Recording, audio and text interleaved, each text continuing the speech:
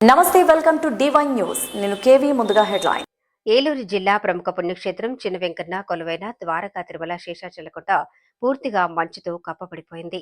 కొండపై ఎటు చూసినా మంచు తెరలే కనబడుతున్నాయి. అయితే ఈ సంవత్సరం సీజన్ ప్రారంభంలో ఇంత పెద్ద ఎత్తున మంచు కురవడం ఇదే ప్రథమం. కొండపైకి వెళ్లే ఘాట్ రోడ్లన్నీ పూర్తిగా మంచుతో మునిగిపోయాయి. స్వామిని దర్శించుకోవటానికి వాహనాల్లో వచ్చిన భక్తులు కొండపైకి వెళ్లే క్రమంలో ఫ్లడ్ లైట్లను వెలుగులో వెళ్తున్నారు. ఆలయ ప్రాంగణ సమూహాలన్నీ మంచుతో నిండిపోయాయి అని అనివేటి మండపం, అన్నదానం భవనం, జండ గోపురాలు, ఘాట్ రోడ్లు, కాటేజీలు ఇలా ప్రతి చోట మంచు విపరీతంగా కురిసింది. కొండపై మంచు కురిసి ఆహ్లాదకర వాతావరణం ఏర్పడటంతో చూసేందుకు స్థానికులు, భక్తులు తరలివస్తున్నారు. మంచు కురిసే అనుభూతిని ఆస్వాదిస్తున్నారు.